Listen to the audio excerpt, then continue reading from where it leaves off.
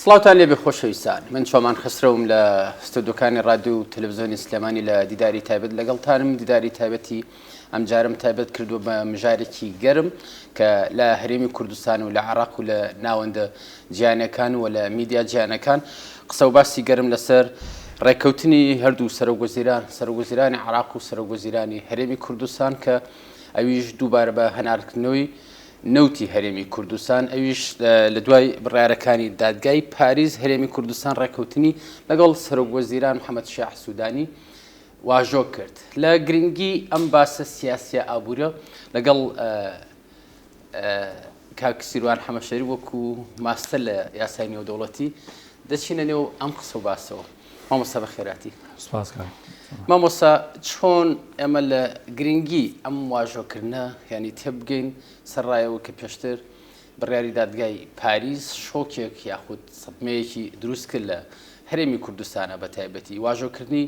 ئەم ڕێککەوتنە لەگەڵ کابینەی نوێی محەممەد شاح سوودانی لە دوای ساڵێک ئەم حکوومەتە پێکات سەرۆک وەزیران ینی پێشوازی بە تایبەتی دانیشتوانی هەرێمی کوردستان بۆ واژۆکە ئەنی ئەو واژۆ کراکە نەوتی هەرێمی کوردستان لە ڕێگەی کۆمپانیای سۆمەوە بفرۆشە. ئەمە گرنگی چیە لە ڕووی ئابوووریەوە کە دوو ڕووی دراوێکن هەم سیاستەکە هەم ئابوووریەکە بەڕێستان کە پسپۆرەکەتان لە ماستەری نێودەوڵەتیشە لام گرنگە بە قۆڵی لەم باسە بدوین. بەناوی خوا سواز و دەرفەتەکەی جەنابەت لە ڕاستیە با بگەڕێنەوە بۆی حکوومەتی هەرێمی کوردستان بۆچی بڕیاریدا کە نەوت سربەخۆ بفرۆشیان ئابووری سربەخۆ هەبێ. طبعا ئێمە لە دەوڵەتێکین لە دوای ئەوەی کە 70 ساڵ سونەکان حکومڕانیان کرد بەداخەوە حکومڕانیەکیان نەکرد کە هاوڵاتی عێراقی هەست بە ئینتیما بۆ خاکە ئینتیما بۆ نیشتیمان بکە ئینتیما بۆ هاوڵاتی بوون بکە و لە دوای ڕوخانی حکمی سونەکان و لە دوای ساڵی 2023ەوە حکوومەتە یەک لە دوایەکانی شیعەکە هاتنە سەر حکوم ئەمانی بە هەمان شێوە وەک کاردانەوەیەک بەرامبەر بە سونەکان ڕەفتاریان نەکردووە بینیمان چۆن یعنی وەکڵێ ماڵی سونەکانیان پەرتەوازە کە دەستیانە خسە ناو تەنانەت کەسایەتی سیاسیەکانەوە و لە ڕوانگەی ئەوانیشەوە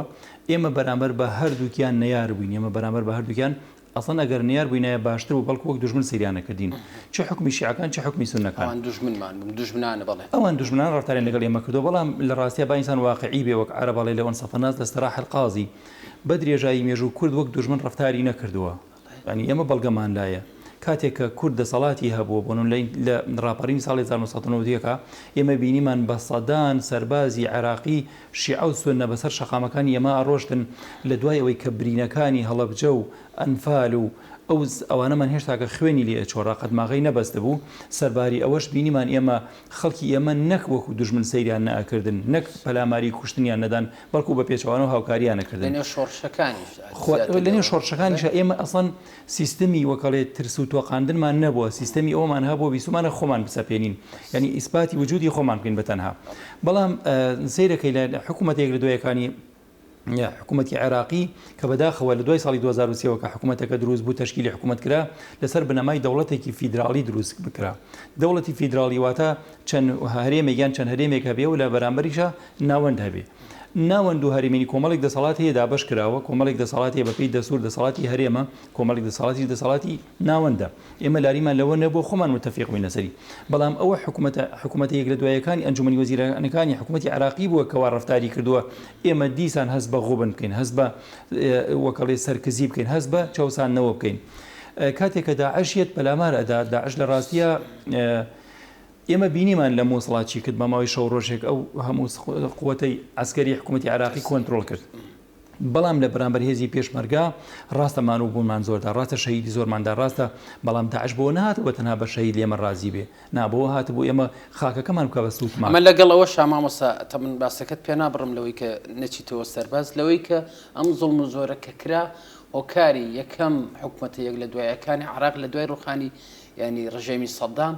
سنە چەوسێنرایەوە بەڵام 2000 ئاراستەکە گۆڕەکە داعشی لێ دروستکرا بەرەو دووبارە هەرێمی کوردستان فعلەن ئاراستی داعش گۆڕا بەرەو هەرێمی کوردستان و ئەگەر لە بیرمان بێ و ئەگەر بە ئینسافەوە بێڵێن ئەو کاتە جنابی سەرۆکی هەرێمی کوردستان کاک مەسعود بەرزانی ئەیوت ینی ڕاستەوخۆ یان ناڕاستەوخۆی وت داعش پەیوەندی بە ئێمەوە نییە یعنی نەک پەیوەندی بە ئێمە نیە بە جۆرێک جۆرەکان داعش بۆ ئێمە دروست نەکراوە بۆ ئێمە زیاتر بۆ سونەکان هاتبوو بەڵام دواتر ئاراستەکەی گۆڕا ڕووکرا هەرێمی کوردستان هەرێمی کوردستانیش یعنی یەکێک لە تایبەتمەندیەکانی کوردەوەی بە درێژایی مێژوو جیاواز جیاوازە لە نەتەوەکانی تر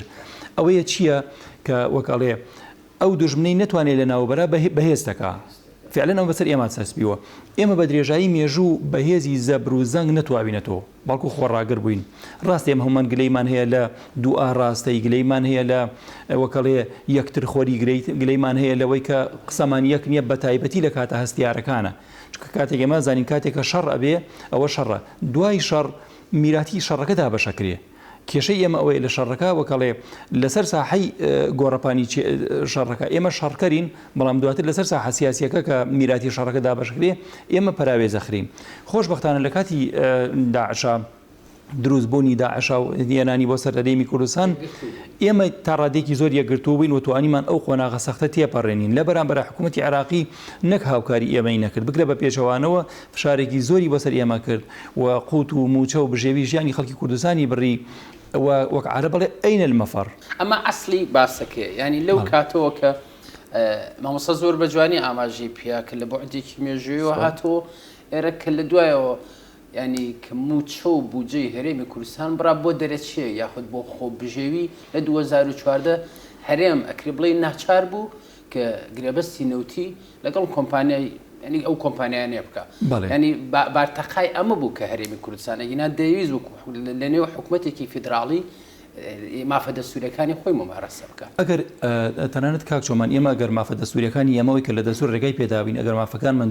جێبەجێ بکرایە تا ڕادەیەکی زۆر کێشەمان کەمیە کرد هەرچەند ئەوە سەقفی داواکاری ئێمە نەبووە ینی با بەرچاوی ئەو کەسی کە دەنگ و ڕنگ ئێمە بیسی ئەوە بزانین چونکە ئێمە بە درێژایی مێژوو بەتەنها کێشەی ئێمە شەڕی ئێمە ململانی یەک لە دوایەکانی ئێمە لەگەڵ حکوومەتە یەک لە دوایەکانی ئێمە لەسەر بژێوی نەبووە لە ڕاستیە لەسەر موچە نەبووە لەسەر ئێمە ینی لەبیرمان بی لە سەردەمی مەلیک فەیساڵ و لە سەردەمی مەلیکیەوە هەتا ساڵی 2023 و 2004 تا 2014 کە داعش هاتووە ئێمە لەسەر بژێوی شەڕمان نەکردووە بەڵکو یعنی بەڕوخمی ئەوەی کە زۆر ناکۆکی لە نێوانمانە هەیە سەلەفی و سۆفی علمانی و دینی ئەوەی کە پەیڕەوە ئەوەی کە چەپە ئەوەی کە کۆمۆنیستە ئەوەی کە شۆڕژگەر ئەوەی نەتەوایەتیە هەموو خەڵکی هەرێمی کوردستان خەباتی کردەوە بۆ ئەوەی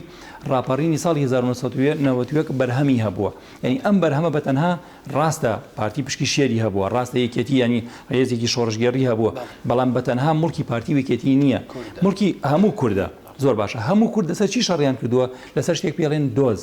ینی دۆزی ئێمە دۆزێکی ڕەوا بووە دۆزی زمان بووە دۆزی نەتەوە بووە دۆزی ئەسڵەن وجودی خۆت بووە زۆر باشە کاتێک کە حکوومەتێک لە دوایەکەکانی ئێن ئیعتراف بەم دۆزەی تۆ ناکەن تۆ ناچاری چی بکەی ناچاری پەنا بۆ شۆڕشە بەی شۆڕش بۆ چیە شۆڕش بۆ ئەوەیە تۆ تەنها وەکەڵێ ئەو قۆناغە تێپەڕینی قۆناغی شاخ تێپەڕینی بیتە قۆناغی شارەوە لە قۆناغی شاریشا بەداخەوە حکوومەتەکانی عێراقی دیسان هەمان تاس و هەمام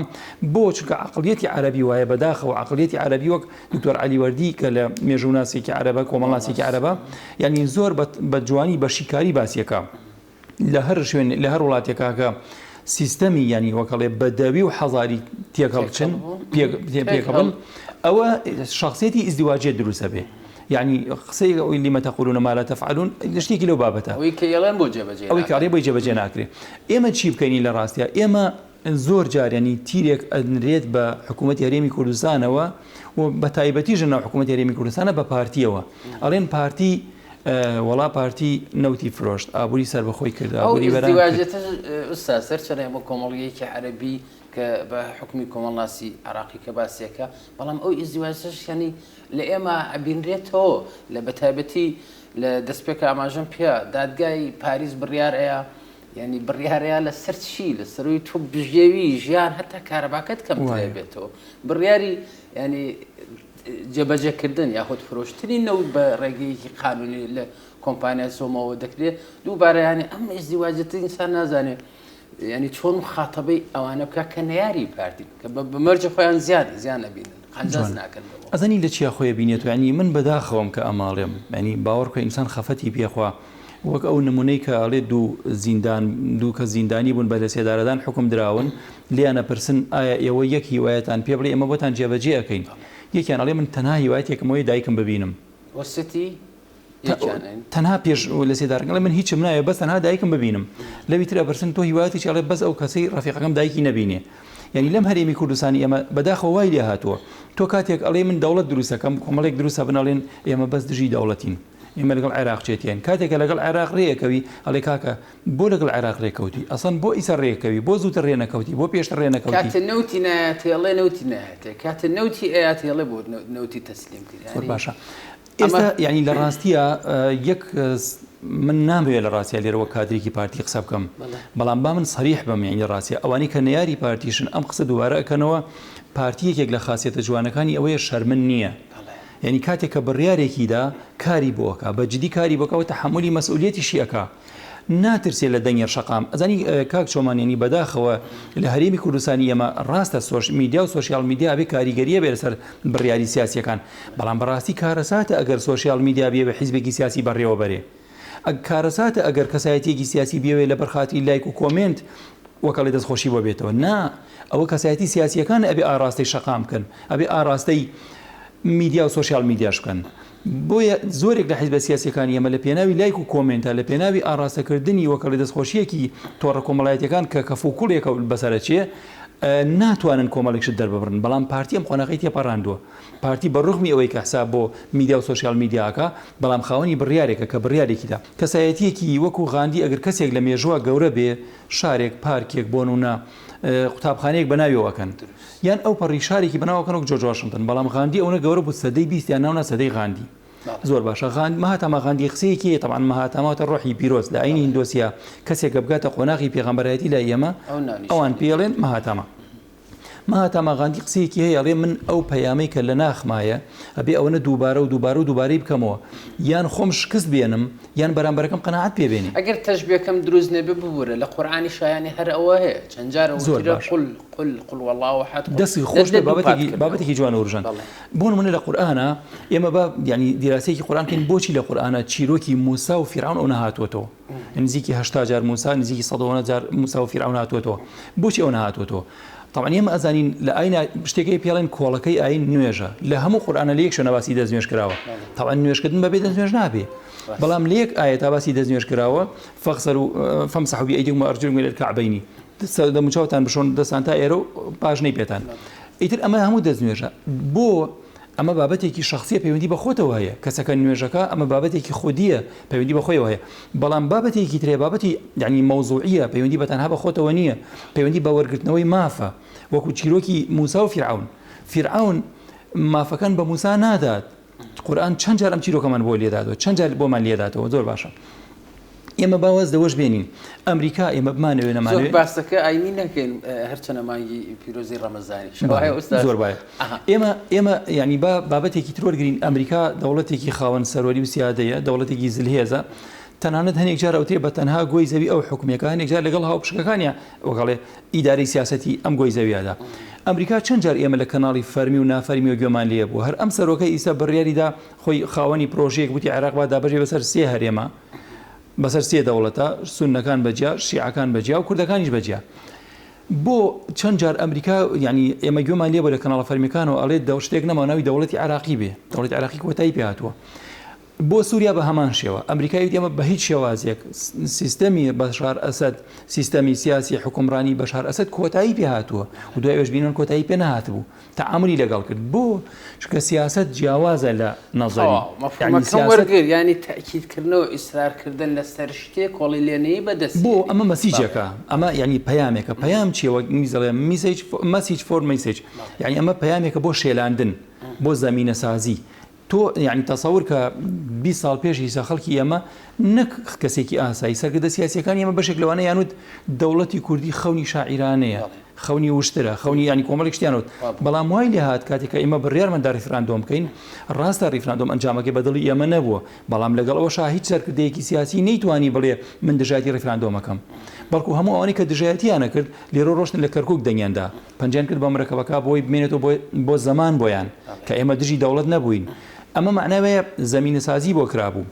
لە بابەتی ئەوە ئوستاز بپەرژێنە سەر ینی تەوەرەکەمان لەوەیە کە بڕیارەکەی پاریس ئەمە ئۆکەی بەڵام بە درێژایی ینی ڕوخانی لە دوای ڕوخانی ڕژەمی سەدام ڕێکەوتنی سیاسی ینی بەم شێوێ نەکراوە یاخود ئەگەر کرابێ نەچوونێتە ژێرباری ڕێکەوتنەکانەوە گرنگی ئەم ڕێکەوتنی سەرۆک وەزیرانی هەرێمی کوردستان لەگەڵ محەممەد شیع سوودانی لە چیایە گرنگەکەی لەوایە ئێمە وەک خەڵکی هەرێمی کوردستان بە وەکەڵەیە بە ئینسافەوە بێڵێن خەڵکی هەرێمی کوردستان یەکەم مانووە لە ڕووی تا ڕادێک لە ڕووی داراییەوە لە ڕووی ژیانەوە لە ڕووی بژێویەوە لە ڕووی گرانی وەکەڵێ هەڵاوسانی نرخەکان لە بازاڕا شێواندنی دەرونی بڵێ لە ڕووی شێواندنی دەرونیەوە دەستی خۆش بێت کە ئەمە کاریگەری لەسەر تاک بە تاکیم هەرێمەی تەنانەت ئەوەشی کە باری دارایی باشە لە ڕووی دەرونیەوە باش نییە لە ڕووی داراییەوە معزی لە ڕووی دەرونیەوە معزیبە ئەڵێ ڕەنگ بێ ئەم هەرێمەمان لێ تێک بچێ کاتێک کە تۆ کێشەت هەیە لەگەڵ دەوڵەتی فیدراڵیە بە هەمان شێوە کاریگەری لەسەرمانە بێ و حکوومەتی مەرکەزیش بە هەمان شێوە يعني براسي كارسات اگر كرد لم كاتا لحكومه العراق لحكومه لكابيني محمد شيع سوداني بكشيتوا يعني وكرنا هر دجاياتي شيبكا يعني لقلي نبي بوي امر يكوتنا بو امروي ايما وكهريمي كردستان بو امروي دولتي فيدرالي عراق وكو كابينه محمد شيع سوداني كاريغري خويه وبتنها يعني بامن وكاليه واش بليم بتنها ريكوتنو امزا كدن لسر ورقه بس نيه بالكو ابي جبجه كدنك وكاليه عبره لجبجه كدنك ياتي اگر جبجه نكري او كارساتي تي بدوايت جامع مصا اما گرنگك لموضوع امر كوتنك كراو زور اولا نلينو كجاران يانوت ام نو تبچي فروش كوادا هذا لموضوع همشتي يعني شفافه بيصر بنزيكي نو ب $1 نوتي هرمي كورسان نرخك زياتره يعني زياتره فروش كم ترنيه لقل اوشا قفلك لا يخو معنا يعني بلوعك لا يخو معنا اگر يعني نكوت نجر كوتنوك لما لي خو معنا اما نوتك للرئيس سومو كومباني سومو يعني دفروشه جرينجي امر كوتنا بو هرمي كردستان يعني امايا إما با يعني توزيك واقع بينان لنوت بروانين نوت الراس تسرچاويك لم خاكايك بونم لخورالاتي ناورات نوتي زوري تايا دولة يعني خلكانيكي كم دصلات للروي سياسي وما بسم للروي قوتي سربازية راس نوتك مان هي بلام ام نوتبت ناس ثروتي اجتماعي يمنيه يعني ام نوت اما خمانات وين وك عرب على تحكمي بيو بكين نوت ببين نظريك اولاتاني كنوت يعني هي طبعا ولاتاني وك ارزم كرديان سوفت باور يعني وكال سوفت ستيت دولتي شلوشيه ونوك سعوديه وقولاتنا يعني دور ريقا هي يعني اوين وتكا فروشن ولا تزليه كان ولا تابري سرمايه دار كان ام نوتين ليكرن $1 زور ان يرن بولات عربيه كان لبرانبرا چی کن خدانا نش نمو $1 امرات ولات عربی کانوا شریان بود دروسه کن شرک دروسه کن لولات کانه وقت داعش وقت زورك لو شرانيك بو ساخرنوي چکو وقت چکول جبه خانه کن دیسان ولات عربی کان دیسان ایم و کریمی کردستان بخوا من به بود $1 کپی ماندن چک کونه کانی خویان من پی بدنوا بمعنى وكالة دسا ودسكردني نود بتنها بدس إيمانية جناب تقصيك جوانك رنج بقفلك بدس إيما بيجرينوا بلام رنج بيمش هنتواني بتنها إن إيمان دولة العراق شمنو تبجرينوا بوش كم تخاوني تريه خوز جوانه بواي بلام إيما يعني بدري جاي مجو كمان مزور تركيزي لسر كموا إيما خاوني دوزيك بوين زيادة لصد صالة طبعا مواز لو بينك هنيك لسه شواكان لين 12,000 صال بر لبوني مسيح كرد لم خاكي خويا هبوا لم نجتمعنا هبوا خو اما نزيكي 120 سال اما خو من خبات و شورش قرباني دانا كاين بوچی کردومان وک عرضم کردی بو دوزه کردومانه ام دوزه اما بابت انها بچوکی نکاين ولا قوتا لموچا لبجيويا طبعا وكاله هركز معاش ندارد معاد ندارد وك فارساله اگر کسی یک بوچو تو نتواني موچي بو دابين كي بوجي بو دابين كي جياني بو دابين كي ناتواني لي برسينو شي لقل كي بلام لقل و دوز اما بتنها امنيه يعني من يك نمونه بين مو نيلسون مانديلا 25 سال ونزيكي حودمان لزندان ابو بوشي لزندان ابو چونکە ئەو بەرنامەی کە داینابوو لێی لانەدا پەشیمان نەبووەوە یەخۆ ئەیتوانی بە ئیمزاکردنیەک پەشیمان بێتەوە کەڵی داوای لێبوردنێ بکە بەڵام نەبوو بۆ ماندێلای کە ئاوا گەورە بێ بۆ چونکە ئەو خاوەنی دۆزێک بوو لا ئێمە باشترین دادوەرەکان کێن ئەوانن کە کار بە یاسا ئەکەن ماندێلا قسەیەکی جوانی هەبوو ئەیوت ئێمە ئەبێ کارێک بکەین یاسا جێبەجێ نەکرێ چونکە ئەم یاسای کە داڕێژراوە دژایەتی ڕەشپێستەکانی تایە ڕەشپێست بۆی نەبوو تەنانەت بۆ سەر ئاوەکانیش بچێ لە بازاڕ ڕابگەڕێ بۆ يعني ئەوان هاتن دژی یاساکان بوون بەداخەوە ینی حکوومەتی عراقی حکوومەتێک لە دوایەکانی عراقی کۆمەڵی یاسایان دەرەکرد بە دژی بەژەوەندی ئێمە بووە بە دژی ئەو بکە ئێمە وەک هاوڵاتێک ئەم عێراق ئینتیمامان بۆ عێراق هەبێ بۆ ئەوەی کە زۆر گرنگە ئەمەوێت تەرکیزی لەسەر بکەمەوە ڕاستە وەک جەنابەت ئاماژەت پێدا ئێمە لە حکوومەت لە هەرێمی کوردستان قۆناغێکمان تێپەڕاندووە لەگەڵ حکوومەتی عراقی قۆناغی وەکەڵێ توانەوەی بەستەڵەکەکانە قۆناغی دروستکردنی پەیوەندیەکی باشە بێ ئینشەڵا بەڵام بەتەنها ئەمە سەقفی مەسئولیەتی ئێمە نییە ئێمە نامێت دانیشین بە دیارەوە بڵین ئێمە لەگەڵ حکوومەتی عراقی ڕێکەوتوین ئێمە ئەگەر باری داراییمان باش بێ هەموو شتێکمان باشە بێ نەخێر ئەمە بەشێکی ئێمەیە بەشەکەی تری ئێمە پێویستە لە ئیمڕۆوە کار دیسان بۆ خۆ بنیادنانەوە بکەین کار بۆ ئەو بکەین کاتێکە زەمینە لە بار بوو ئێمە خاوەنی دەوڵەت بین چونکە با لە بیرمان بێ ئێمە تا دەوڵەتمان نەبێ زمانمان نییە شوناسمان نییە یەک نمونەی بچوو باشترین یاریزانی ئێمە کە من وەرزشەوان نیم باشترین یاریزانی ئێمە گۆڵێکە ئەڵێن هاوڵاتیەکی عراقی وڵای یاریزانێکی عراقی گۆڵی کرد باشترین ڕۆمان نووسمان ڕۆمانێک بنووسێ ئەبێ وەک شخصێکی عراقی پێشوازی لەکەن لە کاتێکا کە وان نییە ئێمە عراقی نین یعنی تۆ سیر کە یعنی ناساندنی شوناسی خۆت ئەوەنە گرنگە ئێمە بینیمان بەرشەلۆنە بۆچی ئێوە لە ئیسپانیا جیابێتەوە خۆ ئەوروپایە خۆ جیاوازن خۆ ئەم قەمع و وەکەڵێ دیکتاتۆریەت و ئەم ڕەگە ئەم بەداخەوە تون ڕەوەی لە خۆرهڵاتی ناوەڕاستی لە ئەوروپیەکان نییە مەسەلەکەی کیانە مەسەلەکە دۆزە مەسەلەکە کیانە مەسەلەکە خۆناساندنە یعنی باوکی و دایکێک 4 مناڵیان ئەبێ خۆ ناکری یەک ناولار 4 مناڵەکە بنێن سیروانی بچوک سیروانی گەورە نەخێر ناکرێ و مناڵانە بەناوی باوکێکی ترەوە وانە ئەبێ بەناوی خۆیانەوە بێ ناوێکی تایبەت بە خۆیانیان هەبێ ئەبێ شوناسێکیان پێبێ لە پرزگەکانە ئەم شوناسە دەرێنێڵێ من فلان کەسم ئێمەش وە کورتایتە شوناسمان نییە تا ئیسەش تەنان لە زۆرێک لە مەحفەلەکانە ئەوتێ ئێوەکێن ئێمە کوردین ئێمە زۆر لە سۆشیال میدیا بین کورد چی ئەڵێ تا ئەم شوێنەی کە پێویستە بە باسەکەمانەوە داهاتی سەرزەوی و بنزەوی هی خۆت ناتوانانی ینی بۆ ڕادێ بۆ ئازادانە تەحملی پێوە بکە گەر تەحملی پێوە بکە بێ بە $10 کەمتر بیفرۆشیتەوە بە دروستەکان بەڵێ گەرنا مەسەلەکە ئەلێرە مامۆستا تەوەرەکەمان لێرە ینی بە درێژایی مێژوو ئەمە ینی یەکەم جارە ینی کورد بە درێژایی مێژوو ڕژێمەکان لە هەر سێ پارچەکەی تر و بە کوردستانی باشووریشەوە هەمیشە داهاتیان بردووە پرسیان پێ نەکردو بۆ کورد ئێستا ینی ئەو کیانە کە تو جەنابتان لە ڕووی سایکۆلۆژیۆ زۆر ینی تاکیدی لەسەرەکەیت و لە ڕاستیە خۆشە مافی خۆت ینی ئۆکەڵێ خۆت لە بڕیاری خۆتا خاوەنی دەسەڵات بی خاوەنی بڕیار بی ینی ئێمە زۆر جار ئەوترێت من هەنێک جار لێت ناژارمە ئەوانەی کە لایەنگری حکوومەتن لایەنگری هەنگاوەکانی حکوومەتن بەراوردێکی هەڵە ئەکەن کاک چۆمان بۆی کە وەک عەرزم کردی بە تەنها ڕێکەوتنی ئێمە لەگەڵ حکوومەتی مرکزیە سەقفی مەسئولیەتی ئێمە نییە بەڵێ جێگای دەستخۆشی بۆ هەموو ئەو وەفدە نهێنیانەی کە لە ژێرەوە کاریان کردووە بۆ زەمینە سازیان کردووە بۆ ئیبرامی عەقدەکە کە لەگەڵ وەزارەتی دارایی ئێمە وەزارەتی دارایی حکوومەتی عێراقیا و جەنابی سەرۆک وەزیرانی ئێمە سەرۆک وەزیرانی عێراق کراوە ئەمە هەموو جێگای دەستخۆشیە بەڵام عەرزمکردن ئەمە بەشێکە ئەمە قۆناغێکە لە قۆناغی وەکەڵی خەباتی ڕزگاری خوازی ئێمە وەگەرنا قۆناغی ئێمە قۆناغی بەدەوڵەت بوونە قۆناغی بەرەو دەوڵەت بوونە زۆر جار ئێمە ئەوترێت یعنی ئەوترێت وڵا ئێمە زۆر باشترین بۆ نمونە لە تەنانەت لە هاوڵاتیەکی و ئەمەرێک بڵاو بووە بڕۆیتەناو بەراوردەوەکاریەوە لە ڕووی بەراوردکاری ئێمە لە هاوڵاتی بەراوردکارێکە من ئێمە لە هاوڵاتی عربی عراقی باشترین لە شیعە و لە سونەکان باشترین ئێمە لە لوبنان باشترین ئێمە لە سووریا باشترین ئێمە لە لیبیا باشترین لە زۆرێک لە وڵاتانە بەڵام ئەمەش هەڵەیە بەڕاستی نابی ئێمە بەراوردی خۆمان بە وڵاتانە بکەین بۆچی چونکە ئەوان نەنی وەکەڵێ ئومە گەورەترە لە ئەگەر ئاسی بژێوی ژیان بکرێتە بەراورد بۆ ئەوەی کە ئەوان چەندین ساڵە دەوڵەتن ئێمە دەوڵەت نین و ئاسی گوزەرانمان باشتر بەڵام مامەساڵە ئەکیانەکەم زیاتر لەوە ئەکیانەکەم ئەزانی هۆکارەکەی چییە کاتێک کە تاکێکی ئیسرائیلی یەت بەراوردی خۆیەکە بەراوردی خۆی ناکا بە سووریا بەراوردی هاوڵاتیەکی ئیسرائیلی ناکا بە لوبنان بە عێراق بەراوردی خۆیەکە بە تاکێکی واشنگتۆن بەراوردی خۆیەکە بە تاکێکی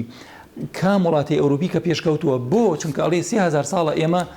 ئێمە کار بۆ دروستبوونی دەوڵەتی ئیسرائیلەکەین ئیسە کە دەوڵەتی ئیسرائیل دروست بووە دەبێت باشترین خزمەتگوزاری بە هاوڵاتیەکی ئیسرائیلی بگەیەنرێت من حەقم نییە عەرەبەکان چۆنن تورکەکان چۆن فارسەکان چۆنن من جیاوازم ئێمەژۆ کورد جیاوازین ئێمە نابێ بەراوردی خۆمان بە وڵاتە عەرەبیەکان بکەین ئێمە نابێ بەراوردی خۆمان تەنانەت ڕاستە ئێستا گەر بەراوردی بکەیت ینی $100 ئەمریکی چەندێک پارەی ئێمەیە نزیکی 150,000 دینارە و چەند میلیۆن تمەنی ئێرانیە نزیکی 6 میلیۆن 5 میلیۆن 500,000 تمەن و چەندێک لیرەی تورکیە وانی بەڵام نابێن بەراوردی خۆمان بەمە بکەین بۆ چونکە ئێمە دەوڵەتمان نییە تەنانەت بەراوردی خۆمان بە باشترین وڵاتی عەرەبیش ناکەین چونکە ئەوان زیاتر لە 21 دەوڵەتی عەرەبیان هەیە ئەوان شتێکیان هەیە پێڵێن سیادەی دەولی سەروەری ئەوان کەس ناتوانێت تەداخلی شؤونی داخلیان بکە تەنانەت UN ناتوانێت یعنی دەسوەدان لە کاروباری ناوخۆیان بکە وەگەرنا مەگەر بە ناڕاستە و خۆ مامۆستا ئێمە جیاوازین هەر لەم چوارچێوێ لەبەری کاتەکەم زۆر نەماوە و ینی ئەوەی کە زۆر قسەمان لەسەر کرد لە ڕووی کۆمەڵناسی و لە دیوە نەتەوەکەوە مامۆستا کە لاشم بە پێز بووە جوان بوو کە قسەمان لەسەر ئەوە کرد ینی بۆ ئێسەی هەرێمی کوردستان ینی کە دەپرسین ئەم واژۆ لە ڕووی بژێوی ئینسانەکان باشترەکە یعنی بە بەتایبەتی هەرێمی کوردستان لەبەر ئێمە ئەچینە قۆناغێکی تر هەر بە بەراورد ئەم واژۆیە نەکرایە عقاری هەرێمی کوردستان خو دانیشتوان موچە بووجە موچە خۆران چونکە هەر لە ڕووی سایکۆلۆژی ئێمە ئەمان بینی لە میدیا و لە سوشیال میدیا و ئەوانەوە نوتەکەش ناڕوات ئەوەی کە حکوومەتی هەرێمی کوردستان هەوڵێدا لە ڕێگای داهاتێکی کەمی هەبوو نەوتێکی بە هەرزانە فرۆش لەگەڵ داهاتی ناوخوا موچەی ماڵانی پێدابینەکرد ئەوەش نەما کۆتایی پێهات ئێمە بینیمانی ئەعلانی هەڵوەشانەوەی قوارەی هەرێمی کوردستان کرا بۆ ڕێکەوتنەکە وەک عەرزم کردی کات وەک جەناب دامەژە بێدا کاتەکەی گرنگە لەبەرەوەی ئێمە وەک خەڵکی هەرێمی کوردستان پێویستمان بە ڕێکەوتنەکەیە و حکوومەتی عێراقیش پێویستی بە ڕێکەوتنەکەیە ئوستاز حکوومەتی هەرێمی کوردستان حتمما کە دوو کەس ئەچنن لێو ڕێکەوتنەکە ینی لەبەرەوە شنە ڕێکەوتنەکە و ڕەنگە جیاوازیەکە بێ حتمما لە ساسەت ینی من قانجاز ناکەم ئەگەر لەگەڵ مامۆستا سیروانە واژۆ لەسەر شتێ بکەین یا بەڕێستان بە هەمان شێوە حکوومەتی عێراق لێرە لە چی سوودمان دەبێت حکوومەتی عێراقی ئەگەر سیر بکەی کاک چۆمان لە سەرەتای دروستبوونی حکوومەتی عێراقی و کاتی خۆی کە ویلایەتی مووسڵ ویلایەتی باشوور و ناوەڕاست هەبووە ویلایەتی مووسڵی ئێمەیان بۆ پێوەلکاندووە لەبەرەوەی سونە کەمینە بۆ لە حکوومەتی عێراقیە لە دەوڵەتی عێراقیە شیعە زۆری نەبووە و بریتانیا بۆ ئەوەی شیعەت زاڵ نەبێ بەسەر ئەم دەوڵەتە هاوسەنگێک ڕاگەرێ ئێمە پێوەلکاندووە بەم دەوڵەتەوە لە سەرەتای دروستبوونی دەوڵەتی عێراقی و لە ساڵی 1920 هەتا ئیستا کاتێک کە مافەکانی ئێمە دابین نەکرەوە حکوومەتی عێراقی حکوومەتێکی سەقامگیر نەبووە ئارامگرتوو نەبووە باشترین چارەسەر بۆ حکوومەتی عێراقی ئەوەیە یعنی ئەم وڵاتە جارە ئارامش بێ ئەم وڵاتە ئارام بێ ئارامی بە چییە بێ ئارامی بە ئاشتی وەک جەناب دامەژە بێدا بە ڕێکەوتن نەکرێ بە دان وستانە بێ ڕاستی ئێمە لە حکوومەتی هەرێمی کوردستان کۆمەڵێک شتمانداوە بە حکوومەتی مەرکەزی حکوومەتی مەرکەزیش لە بەرامبەرە موچۆ بژێوی ژیانی خەڵکی هەرێمی کوردستان دابینەکە ئێمە کاتێک کە لە ڕووی سایکۆلۆژیەوە ئێمە لە ڕووی ئیداریەوە لە ڕووی داراییەوە کێشەمان نەمێنێ ئەچینە قۆناغێکی ترەوە وەک عەرزم کردی قۆناغێک بۆ خۆ ئامادەکردن دیسان بۆ دوای ئەم قۆناغی ئیستا من زۆر جار ینی معجەبی سیاسەتی جوولەکەم کە گەیاندنی بۆ ڕۆژە داود بن گۆریان قسەیەکی هەیە ئەڵێ ئێمە لە جەنگی جیهانی یەکەم بەڵێنی بلفۆرمان وەرگرت لە جەنگی جیهانی دوم ئەبێت دەوڵەت بەڵێنی دەوڵەت وەرگین و فعلەن وەریشیان کرد و خۆشیان کاریان بۆ کرد و ئەمەش بەتەنها ینی بە فاکتەری دەرەکی ناکرێ بە فاکتەری ڕاستە ئێمە هەتا پەیوەندەکانمان بازنەی پەیوەندەکانمان فراوان بێ پشتگیری نێودەوڵەتیمان فراوانە بێ بەڵام بەتەنها بە پشتگیری نێودەوڵەتی ئێمە ناتوانین لاسایی جوولەکە بکەینەوە ئێمە ناتوانین لاسایی وڵاتی وەک تورکیا و فارسیش ئێرانیش بکەینەوە بەڵکو پێویستە چاکسازی نیشتیمانیەکان هاوتا بێ هەم لەگەڵ پەیوەندی دیبلۆماسیەکان هەم لەگەڵ پەیوەندی نێودەوڵەتیەکان هەم لەگەڵ بەرەوپێشوونی باری ئابوووریە ئێمە پێویستە تاکی یعنی بەڕاستی ئەوەی کە مای کارساتە تاکی ئەم هەرێمی کوردستانە تاکی کورد ئینتیمای نەمێنێ کاتچووکە کاتێک کە تۆ ئینتیماد نەما خاوەنی هیچ شتێک نابی نەخاوەنی نەوتەبی نەخاوەنی ئاڵابی نەخاوەنی خاک ئەبی ئەسڵەن جیاوازی نابێ بۆ من و جەنابەت چی عەرەبێک حکومە بکە فارسێک حکومە بکە تورکێک حکومە بکە ویان کوردێک حکومە بکە کە ئەمە کارەساتە لە ڕاستیە بەشێک ڕاستە بەشێک لە هۆکارەکان ئەمە ئۆپۆزیسیۆنێکی ناتەن دروست بۆ لای ئێمە وەکەڵێ ئەگەر بڕیار بێ ئێمە دایکی خۆمان ببینین ئەوڵێ با دایکی خۆیان نەبینن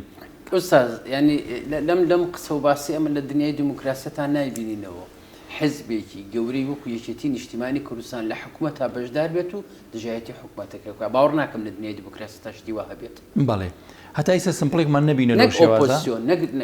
نە دنیای ئۆپۆزیسیۆن لەوەی کە بەشدار نیە لەناو حکوومەتەکە و بۆتە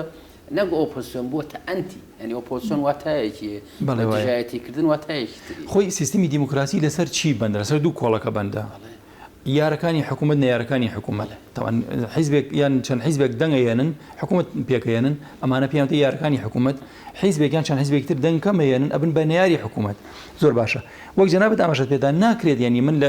لە حکوومەت بم یاری حکوومەت بم و دژی حکوومەتیش بم یەکێتی نیشتیمانی کوردستان ینی با من سەریح بم من هەر جار بە سەراحەت قسەکەم لە ئەنجامی ئەم سیاسەتە نازانم مەگەر بڵێم دووڕووی لەمی قوبوڵ بکە لە ئەنجامی ئەم سیاسەتەوە هیچ خێروبێرێکی وەکەڵێ نەچینیوەتەوە بەڵکو بە پێچەوانەوە هەتا ئەم دقیقە من و جەنابەت قسەی تیاکەن خەڵکێک دەنگوڕەنگ ئێمە بیسێ پارتی تا ئیسە براوەیە لە ڕیفراندۆمە پارتی براوەیە لە ڕێکەوتن لەگەڵ حکوومەتی عێراقیە پارتی براوەیە لە بەرەوپێشوونی پەیوەندیەکانی هەرێمی کوردستانە پارتی براوەیە ئەسڵەن لە گرنگیدان لە وڵاتانی دراوسێ ئەوەی کە گرنگی بەلایەنێک بدەن و بزان کاریگەری لەسەر ڕای هەرێمی کوردستان هەیە پارتی دا لایسەر براوەیە ئەوان ئەیانەوێ بڵێن ئەوەی خۆم ئەخۆم ئەوەی تۆش ئەخۆم کە ئەمە لە سیاسەتانە لە سیاسەتانە و تا ئیسە خواڵ ناگرێنەوەی ئەمەشیان خواردنەوەی خۆشیانیان خواردووە. زۆر سپاس مامۆستا سیوران حەمەشەری وەکو چاودێری سیاسی کە لەگەڵمانە بووی بە خێراتی. سپاس بۆ جەنابتان، دەستان خۆش بە بەڕێستە. خۆشەویستان ئازان ئێوەش هەمیشە تەندروست و کامران بن.